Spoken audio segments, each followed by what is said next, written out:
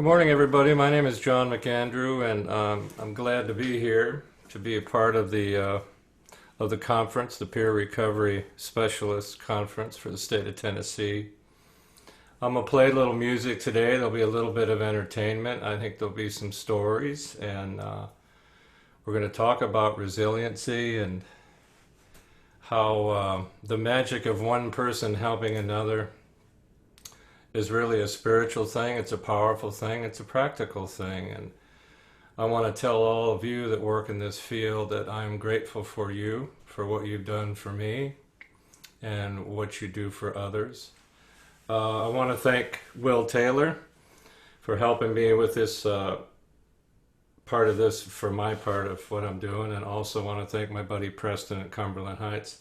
I work at Cumberland Heights as the music therapist.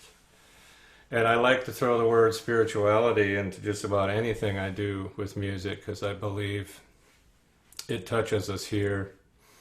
It gets these emotions from here to the head, or maybe it shuts the head off and just gets us right to here. I'm not so sure, but the word resiliency has a lot of meanings, but it's about how we bounce back, how we come back to our original selves after being in a journey of recovery. And most of us are broken when we get here. And I can speak for myself in general terms as suffering from mental illness and substance abuse issues, that the first thing and most powerful thing that affected my recovery was another person in recovery.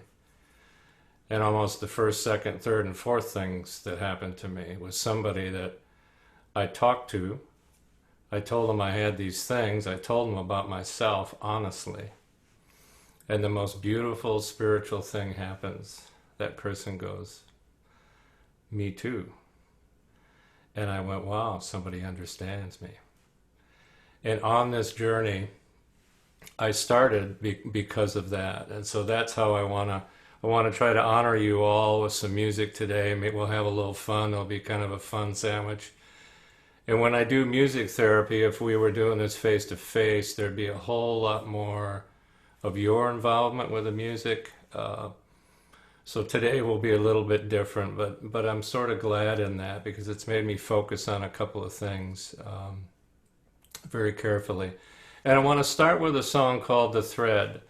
And this is an experience that I had many, many years ago in Minnesota, and I was at a place, a gathering of people with common interest, and a homeless man had walked in, and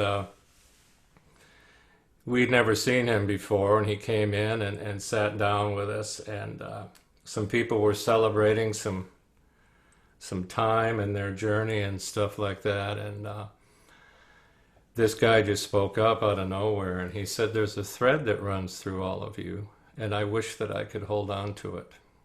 And he had one kind of tear come out the side of his eye, and he was dehydrated and hungry and asking for help. And so this song is called "The Thread," and I want to just dedicate this to all of you that work in this field, no matter what you do. This is called "The Thread."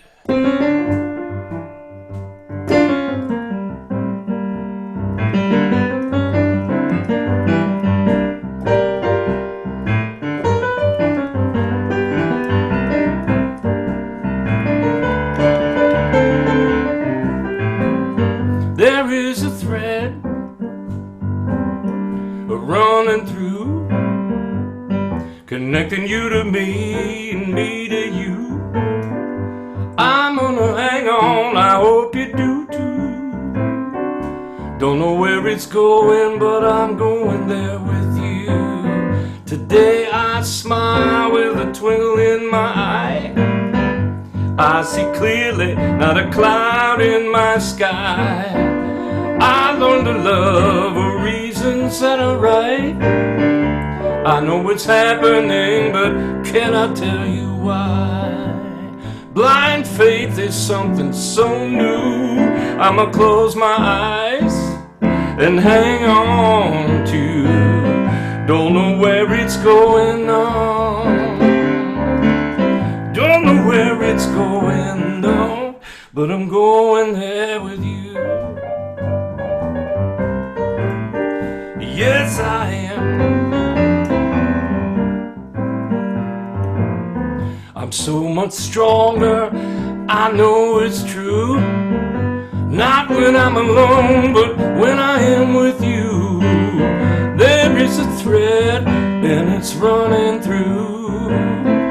I'm gonna hang on, and I hope you do too. Blind faith is something so new. I'ma close my eyes and hang on to. Don't know where it's going, no.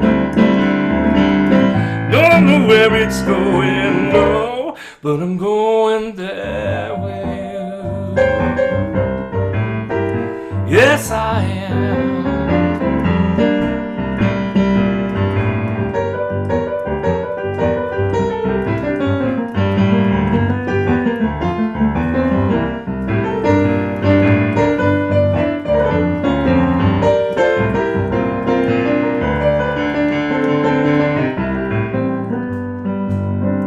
Blind faith is something so new. I'ma close my eyes and hang on to. Don't know where it's going, no.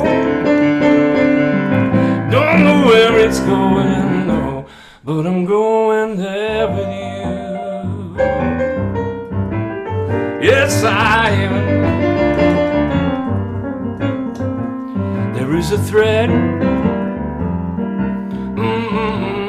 and I'm hanging on,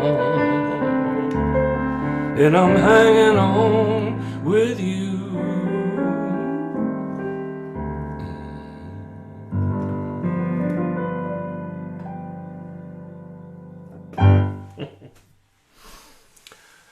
The thread, and symbolically, metaphorically, I can see that.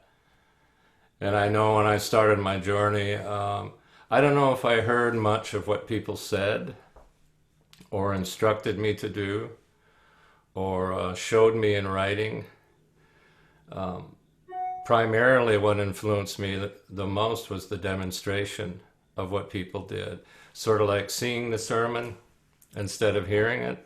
It's really hard to hear it when you just walk through into this new world. But you know, I watched people, I watched what they did. I watched how they treated others. I watched how through the resiliency they started to take care of their kids, if that was the case, themselves, their jobs, their heads, their hearts, their bodies. And I said, this is what I want. And it was those peers, it's the people like you, what you do, that showed me. And I got up this morning and I kind of prayed about what am I going to do. And I guess I just have to be able to show you how this power has worked through me, and hopefully you can see it through me. I'm a songwriter, and I'm an artist as well, and I'm also a therapist. And I've been doing this sort of stuff for a really, really long time. And I found my true purpose was not to play in the blues bars. Although I did a lot of that, and I had a lot of fun, and I learned how to play the piano. I guess my true purpose is to be on this journey and to write about it and sing about it a little bit, share that with others. And the first song I wrote in recovery is called Give Me New Eyes, and I wrote it and recorded it in Minneapolis, Minnesota, with some really good musicians that taught me a lot. I was really green at the time, but it came out and it was sort of rockin' and bluesy, and I wrote the lyrics out really fast, and we recorded it, and then it got on the radio, and I'm driving down the road one day, and it came on the radio in my car, which is a pretty exciting thing for an artist, and it got a lot of airplay and has since been in several movies. But I was in my car and I heard the third verse of the song, and I did not remember writing that verse or why I wrote it. And basically what happens is I come here to this journey, and I'm angry. I'm angry at God, for one thing, this thought of God, because I thought God just did everything for me and to me, and I found out later that's For me, that's not how it works. But I was angry. And somehow by singing and writing this song and getting it out of me through my voice, in that third verse, I sort of surrendered to something that maybe, if it's how I look at things, forgive me, give me new eyes. And I can see that now. It's a really old concept in spirituality and religions, is to see differently. I started to do some things differently, and I started to see differently. And in fact, almost all those things which I thought were so horrible that happened to me, I found out were actually kind of blessings. So this is the song, Give Me New Eyes.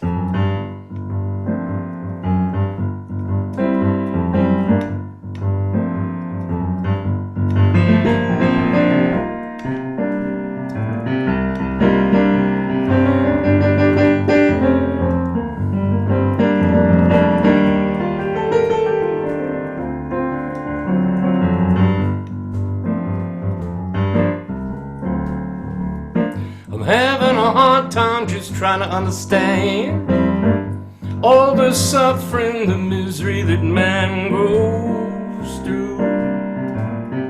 Where were you when I needed you? How come I didn't get what I needed? How could you let them treat me that way? Where were you when I needed you? Oh, when black clouds come over, they darken my skies. If it's how I look at things, give me new eyes. People are killing, they do anything, filling their bodies with poison things just to feel good.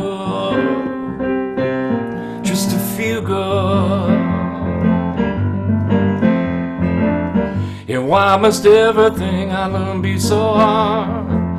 Can't you see I'm giving up? I don't know where you are. Where are you? Yeah. Oh, when black clouds come over, they darken my skies. If it's how I look at things, give me new eyes. And if it's you we need you now. If it's through each other we will see you. Let us see you, yeah, see you now, now.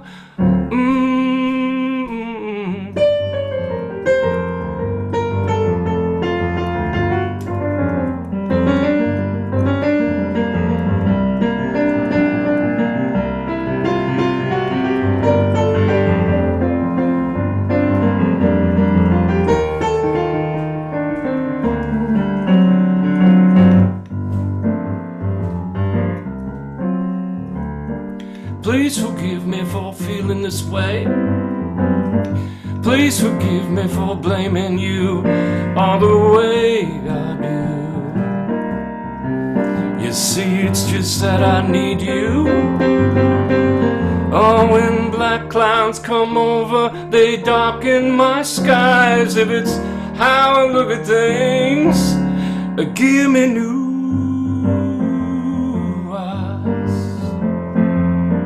If it's how I look at things, give me new eyes. When black clouds come over, they darken my skies.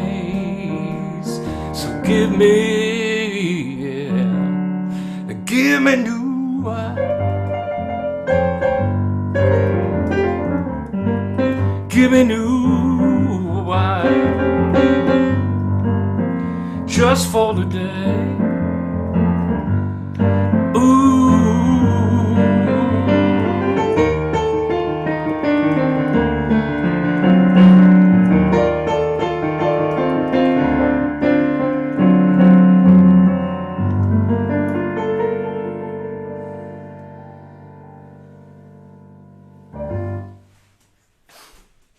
Give me new eyes. And so this journey, give me new eyes. I had to experience. I had to experience that and go from spiritual beliefs to spiritual experiences. And I think a lot of you know what that is and have done that yourself using the tools that were given to do that. And an example of this is when I was 19 years old, I was diagnosed with type 1 diabetes, and I was a chronic alcoholic at that point. And had DTs in the hospital, and the doctors told me I was very sick and my blood sugar was high enough for me to be pretty close to going into a coma, and that's what it took for me to get into the hospital. We had a discussion immediately about how much I drank because my liver was really big and swollen and hurting and not functioning. And he asked how much I drank, and I lied, said a little bit. And so I asked inquisitively, can I keep on drinking and still have diabetes? And he said, in moderation. And there's a word that got me a little nervous. I said, what's moderation? And this very fancy doctor, learned, educated, said, and he must have had this figure in his mind, I'm sure he's had this discussion before with other people. He said 1.27 ounces of alcohol per 24-hour period. And I'm not trying to calculate that, but I just know it's not very much, and it's definitely not enough. And it's a big point, a big time in my life, because I went, forget about it. I'm going to keep drinking. They told me I could lose my eyesight, my feet, my toes. A lot of negative stuff to kind of push me into taking better care of myself. And I denied it and pushed it away and huffed and puffed. And I blacked out the next day right after I got alcohol and got out of the hospital. And I tried that life for many, many more years and until it was unsustainable. And I got to a place where I told somebody I needed help. I went to a place where someone who had been through this told me what I could do, that there was a solution. And those were those peers, those people that surrounded me. And I got a song here that I think is as good of an example as I can come up with. And these are all true stories. I got my first record deal when I was 42 years old, and I moved from Minnesota, came from Minnesota down to a place called Muscle Shoals Studios in Alabama, and I did an album down there, very green, all my own songs, and consequently I met a lady who is now my wife. We've been together for a really, really long time, and I met her on that trip, and she's from northern Alabama, and I'm from Minnesota, and you can imagine the language barriers there. There's a lot of oh yeah from me, and there's a lot of all y'all from her. But she's the most important person in my life. At one time I came home from a concert I had done on the road somewhere. And I came through the garage. I'm a type 1 diabetic. I love sugar-free ice cream. I'm dreaming about it. I got some in the fridge. That's my first and primary purpose the minute I get home is to get at that ice cream. But when I walked in, my wife was on the telephone and she said, hold on a minute, I'll ask him. And she proceeded to tell me a story of a friend of hers who has a good friend who's a quote-unquote terrible alcoholic. He's been in treatment 14, 17 times, something like that, mental institutions, had 7 DUIs. He will never even go near a car anymore. And she said, my friend here is asking me if you'll go check on his friend. He thinks he's drinking again, and he's in a motel in Nashville, and they think he's dead. And would you go get him? And of course, my first thought is no, I want my ice cream, and I want to sit down for a minute and take it easy. And this is something that separates, I think, the spirituality of 12-step programs from all other things, is that it's about getting out of self and helping others and expecting nothing in return. We don't get paid. Hopefully we don't go on TV and brag about it. Whew. Anyway, I said, okay, I got a friend to come with me. And we went and got this particular gentleman, just call him Isaac. And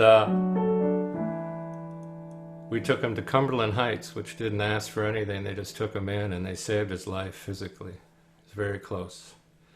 Stayed there for a while, then his spiritual journey began. And I'll pick it up 2 years later, and I've been doing some personal work with Isaac, and he says, I met this friend of mine named Jimmy. And Jimmy's, tell you about Jimmy. Jimmy's from Youngstown, Ohio.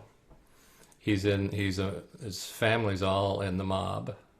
And Jimmy used to run a prison in northern Michigan, and his uncles, I think, rumored were in there. Anyway, here's a couple guys that totally different from each other, and they meet in a place where they can become peers for each other. And who would have thunk that these two guys would be peer support for each other? But they were.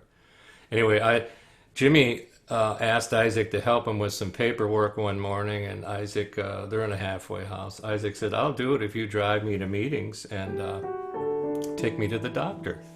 Because Isaac has to go to the doctor quite a bit. And they become the best of friends. And mind you, Jimmy's had a relationship with the mafia, so Jimmy says to Isaac, I want you to go on a little road trip with me. I have an old car at my mom's house in Knoxville, Tennessee. Let's go get it. We'll take my car that I have now, we'll drive, we'll switch it out and come back. So Isaac asked me, can I do that? And I said, sure, but get to a meeting, get some support, some fellowship, call me, and we'll see you when you get back. So here's these two guys, both in their 60s, both married with 2 children. Both wives and children want nothing to do with them ever again because of their alcoholism, other issues. They're off to Knoxville. 3 days later, they come back. A bunch of us are coming out of a place that we go to meet together. And in the parking lot flies a Mercedes-Benz convertible with gold hubcaps. There's leather all over the dash, and it's engraved with Jimmy's name and some other names and stuff. It is a very expensive automobile. They fly in the parking lot, just flying. They hit the end of the parking lot, screech the tires, do a 180, and start heading straight for us. And I think this is the end of my life, you know. I think they've lost it. And they pulled up and stopped right in front of us. And this is a beautiful thing. They both had their arms in the air. And they said, we drove 95 miles an hour the whole way back. And here's the deal. Isaac, when he was 14, had been in an accident with a train that was moving really fast in Demopolis, Alabama, and they got hit. And his father disappeared in front of his eyes. Isaac had not smiled since he was 14 years old, and he was 64 that year at this moment of that first smile. That's a long time. That's a big deal, and it's a result of another person telling him he was okay, that he loved him, a peer support. This is called God Works That Way.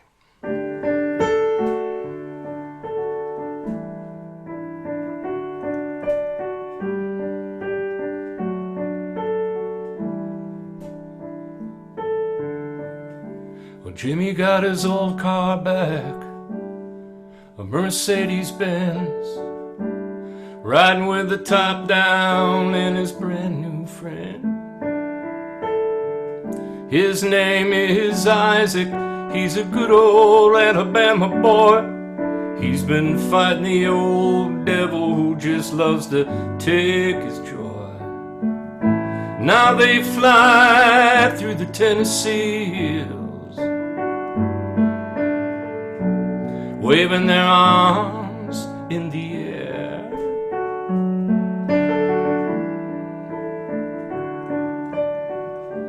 Jimmy was born in Youngstown where you had to be bad. Isaac in Demopolis in the backseat of a cab.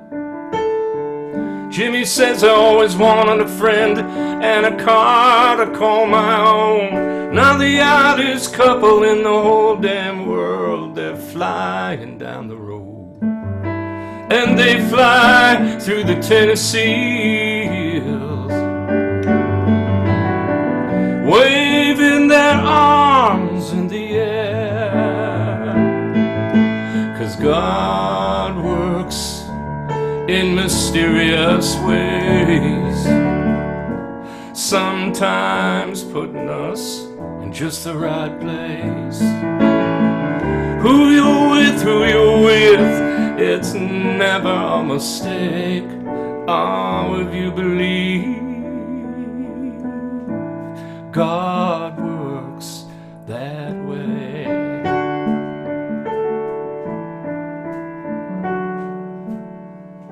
You see, they just got back from war with a bottle and a pill. No, they're not weak men, it's no matter of will. While crawling back from emptiness, there came a light and a spark. When the angels made them angels to keep each other from the dark. And now they fly through the Tennessee hills, waving their arms in the air. 'Cause God works mysterious ways, sometimes putting us in just the right place. Who you're with, it's never a mistake. Oh, if you believe that God works that way.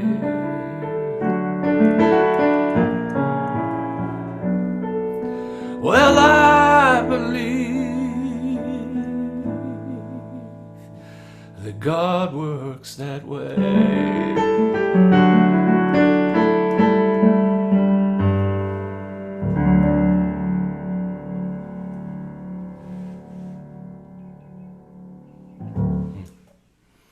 Thank you, Jimmy and Isaac. The most unlikely of support for each other. That look in their eyes and that look in Isaac's eyes that day, it was just very profound for me. And literally, I don't think those teeth of his had seen the sun in 50 years. And Isaac lived through a lot of pain and a lot of trauma.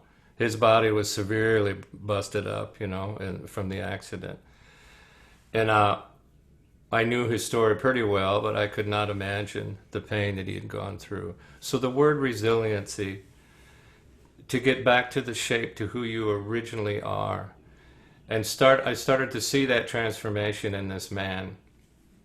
And his belief in a higher power had slipped away. It did come back. But it was others that loved him back to care, back to the original Isaac who he was meant to be. And it's a powerful thing to see, to be demonstrated. And that's why that song touches me so much, and I love playing it. I want to tell you another story, lots of stories, and I continued my journey in Minnesota, and I ended up moving down south because of music and because of my wife, Nancy. And this next song is a result of 17 years of kind of struggling with some stuff. And I want to tell you about my dad. And his name was Bill. His nickname was Wild Bill. He was a wonderfully funny, talented musician, salesman, dad of 7 kids. He was an alcoholic. And alcohol turned this man into something that he never intended to be, which was a violent, angry, resentful, physically abusive person. And as I got older, that dad started to show his face a whole lot more. And I won't go a whole lot into that story, but like any young man, I played baseball, and I was fairly good at that. And maybe could have gone on to college and done that and stuff. But I remember pitching a really good game once, and my dad showed up pretty late in it, didn't see it all. And he came, and he was drunk, and I threw a one-hitter, and he said something about I should have thrown a no-hitter kind of a thing. And same thing with sports. And the big thing in my life was I got into music pretty late, and my dad passed away before he'd ever heard me sing or play any music. I would tinkle around in the basement on the piano a little bit, but I never really learned much, and Dad never heard me play. And I played a gig where a whole lot of people were there, and it was in the year 2000. And when I got off stage, there might have been 40, 50,000 people there screaming and yelling. It's a big moment of my musical career and a big moment in my spiritual life and also in my recovery. And I remember walking off the stage, and it hit me just like a ton of bricks that Dad wasn't there. Dad didn't see me do this. Dad doesn't know I do this. I wish somebody knew how far, that poor me stuff. And I started bawling, and one of the musicians in the band grabbed a hold of me and held me. And I have the picture of that right in front of me on the wall. This big man, the drummer, holding me and me crying. And at that point, there was really a lot going on in my life. And this is not only a plug for peer support, but a plug for outside help. And my therapist helped me through this. And I had lost my temper in one of the places where I was playing at that point. Somebody called me Four Eyes, and I turned into my old man, and that's a whole nother story. But I had to go get some help and anger management stuff. And all this was converging. This big gig, missing my father, the anger, 17 years into this journey. And it all happened.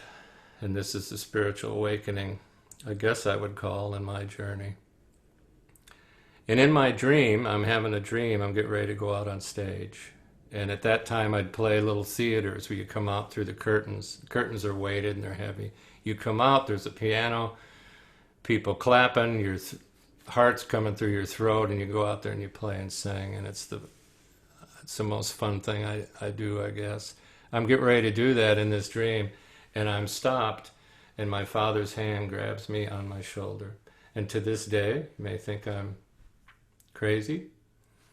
I believe it actually happened. I can feel it as I talk about it. My father turned me back, and there was Bill, my dad, the sober one, the beautiful one, the funny one, the talented one, the one who loved me, the one who did play ball with me when I was little. And he said, "You're really good." And then he patted me on the butt, and I turned around and I opened those curtains and walked out on stage. The next thing I knew, I'm sitting up in my bed at home, and a couple of tears come out, and the light bulb went on. That Dad was an alcoholic.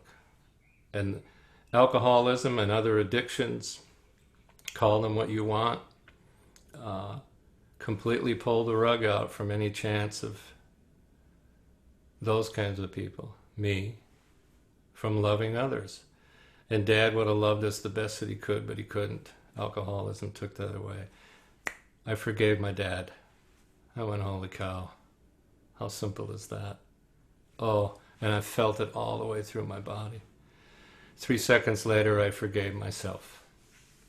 And this song is called If You Can't Forgive, and maybe while I'm playing it, think about, I know most of you are at home probably, or possibly at work, wherever you are. Think about forgiveness and the understanding required for this to happen. It's a powerful experience, so it was for me.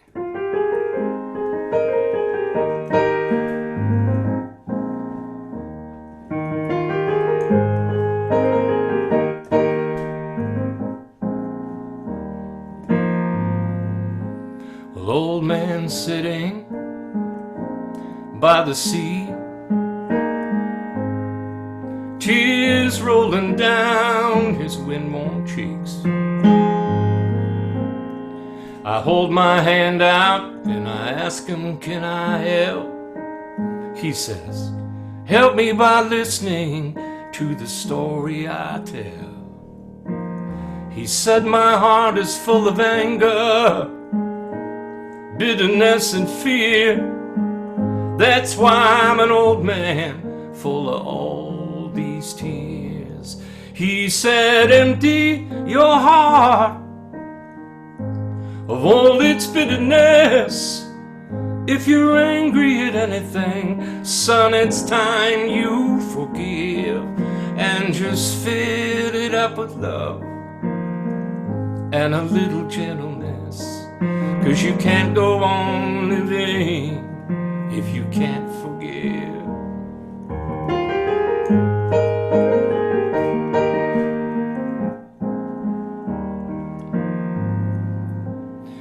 He said, I know you've been hurt, son, and your hurt runs deep. But you don't have to end up an old man like me. He says, I sat here full of rage for all these years, 'cause nobody told me what I'm telling you right here. He said, empty your heart of all its bitterness. If you're angry at anyone, oh, it's time you forgive and just fill it up with love and a little gentleness. 'Cause you can't go on living if you can't forgive. He says you don't go on living if you can't forgive. Then he stood up, he put his arm on me. He said, promise me one thing before you leave, that you'll empty that heart of all this bitterness. If you're angry at anyone, son, it's time you forgive and fill it up with love and just a little gentleness. 'Cause you can't go on living. You don't go on living, he says. It just isn't living if you can't forgive.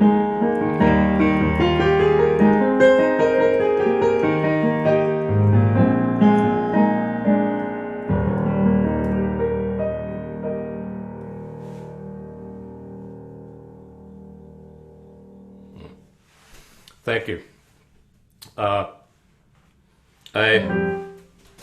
I think of my dad now, and almost every time I play a gig, I just kind of close my eyes a little bit, and I figure Dad's watching me. I figure Dad's watching me when I'm practicing, trying to learn some new jazz stuff. My dad was a jazz clarinet player. You know, and a lot of us regret and go, if only my dad had found something like what we have all found. Only if Dad had been led there. He possibly could have been led there and said, I don't want to do it.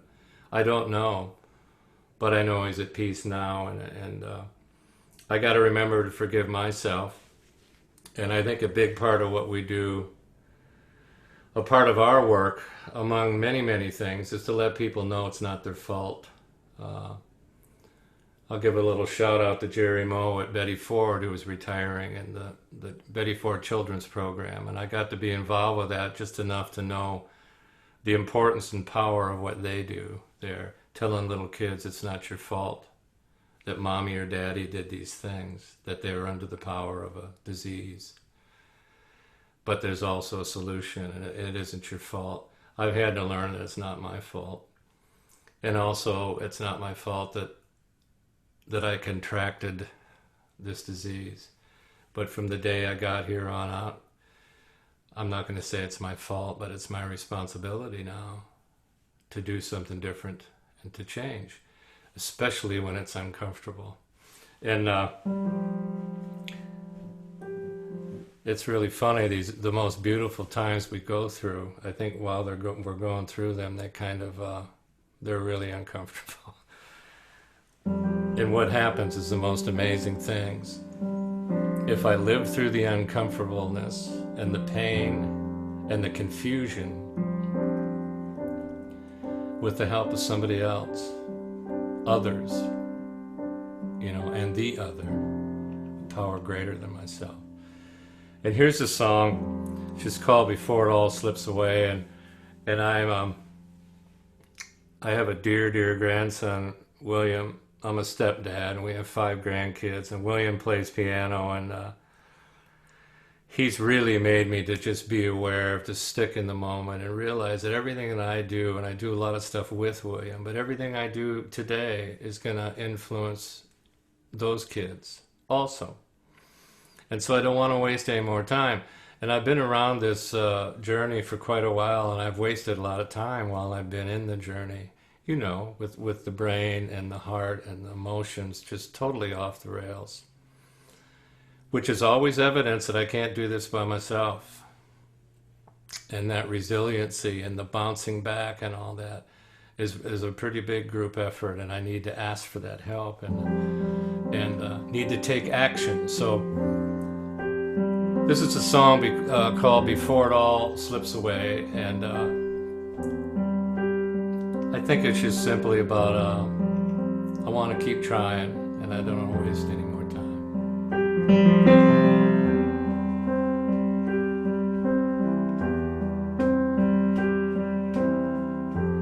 I don't want to leave this earth knowing I didn't try.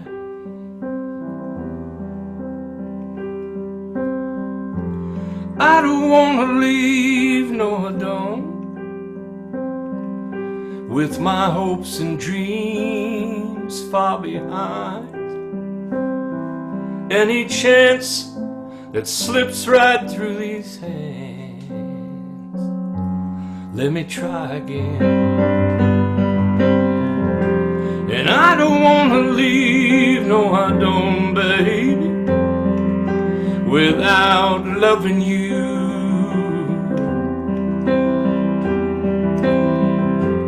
I don't want to go, no I don't, without showing you. And any chance that slips right through these hands, let me try again. 'Cause every day is a precious gift. Only once will they ever come our way. So I'm hanging on tight as I can before it all slips away. Before it all slips away.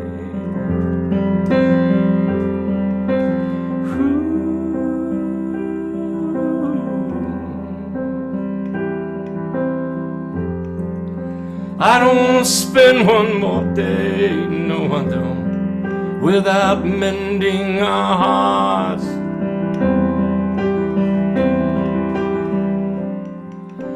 I don't want to go on, baby, with our souls torn apart. And any chance that slips right through these hands, let me try again. 'Cause every day is a precious gift. Only once will they ever come our way. So I'm hanging on tight as I can before it all slips away. Before it all slips away.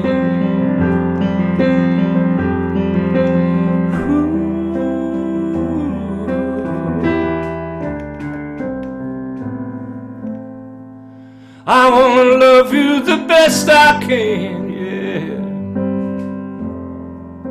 and show you every day. Before it all slips away.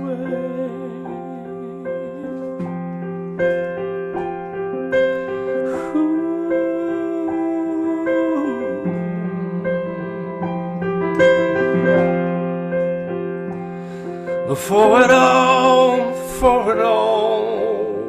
slips away.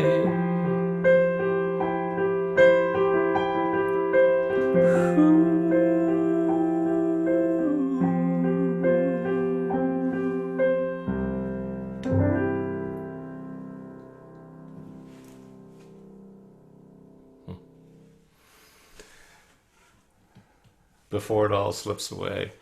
And I want to play a little blues tune here, and then I think we'll close it out with one other song. And I think of where I came from and where I am today. And I took a little trip this weekend with a couple of friends. We drove all the way out to Oklahoma City from Nashville. And we made some stops, and we went to some different places. And it's kind of, you go on a trip, and I got away from home for 3 days, but I got really far away from home.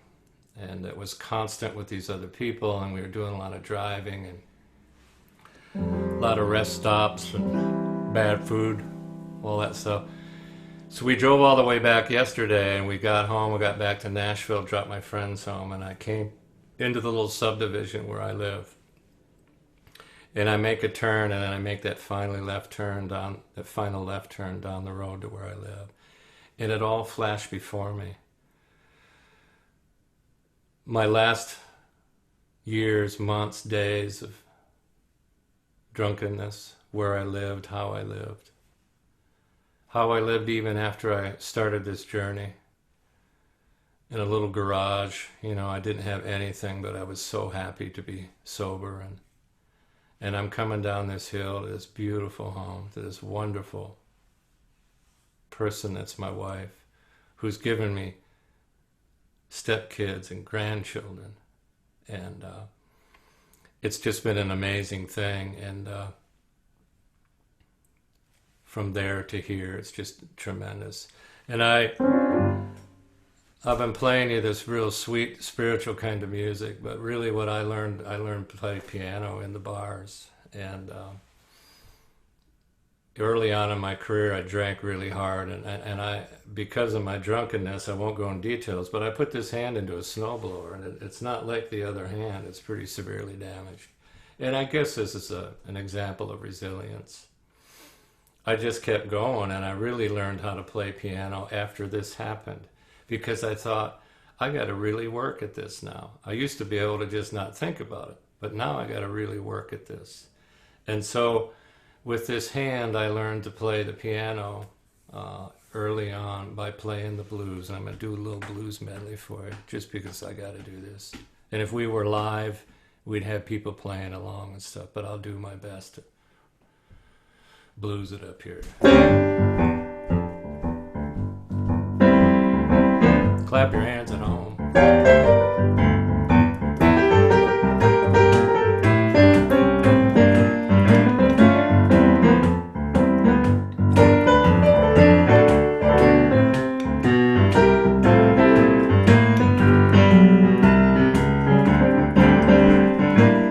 I woke up this morning looking down at my shoes. You know about it, baby. Got them old walking blues. Yes, I do.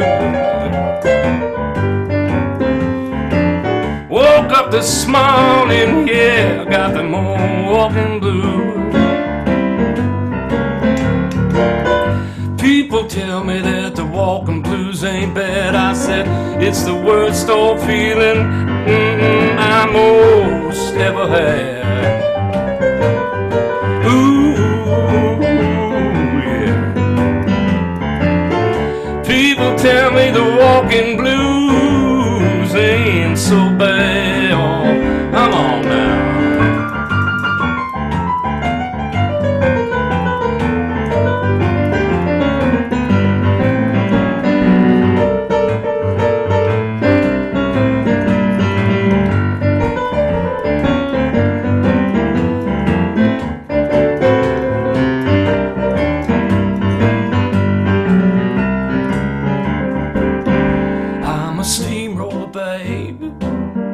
Bound to roll all over you. I'm a steamroller child, bound to roll all over you. I'm gonna inject your soul, sweet old rock and rollin', fill you full of rhythm and blues. And I'm a cement mix, churning on a burning fun. I'm a cement mixer, shining on a burning funk. I'm a demolition derby, baby, hefty hunk of steaming junk. Oh, when the saints go marching in, when the saints go marching in, how I love to be in that number. Yeah, when the saints go marching in, and when the sun refuses to shine, or when the sun refuses to shine, how I love to be in that number. Or when the sun refuses to shine, and when the saints go marching in.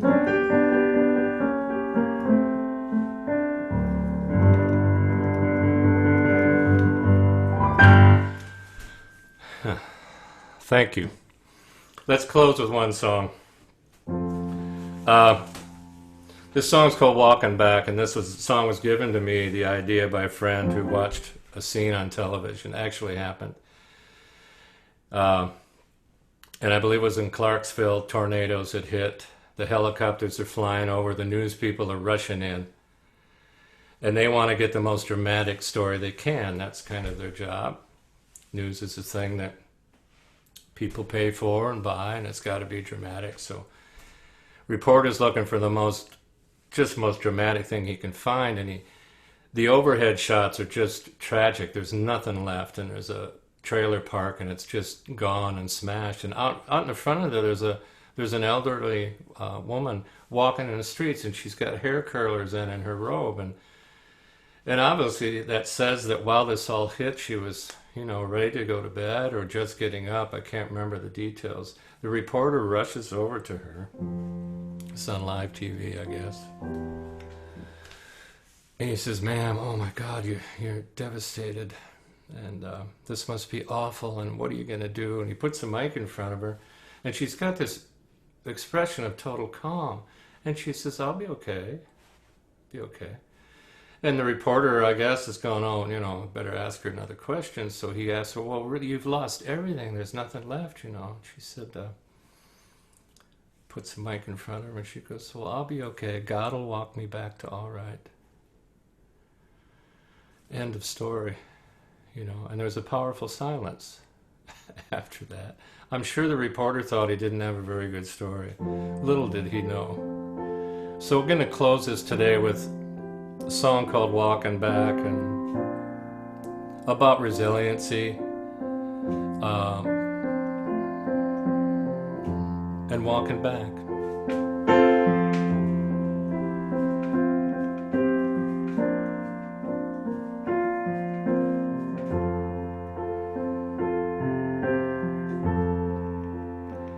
When the wind dies down and the smoke begins to clear,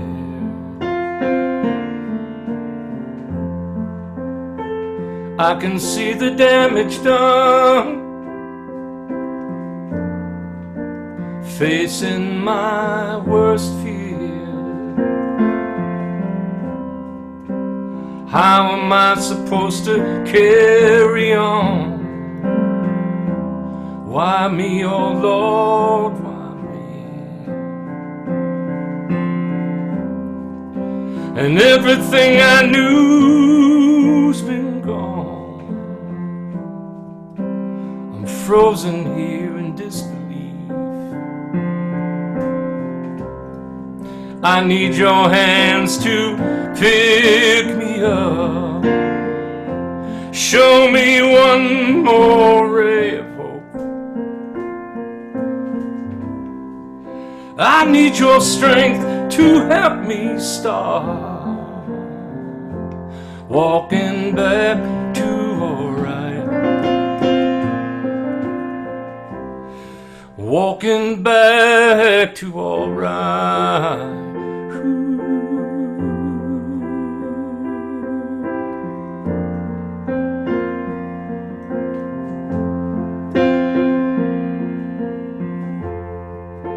And in my desperation, I admit I'd given up. But then your voice, it whispered, there is work to be done. You said start with the little things. Let nothing make you fall. One foot in front of the other one. You and I will overcome it all. I need your hands to lift me up, to show me one more ray of light. And I need your strength to help me start walking back to alright. Walking back to alright.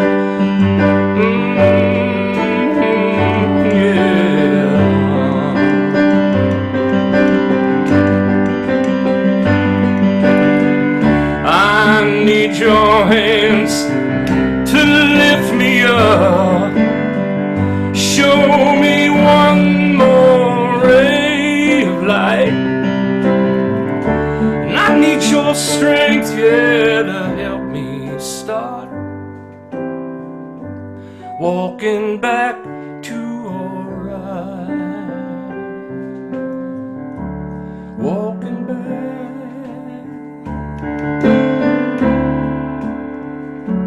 Walking back to alright.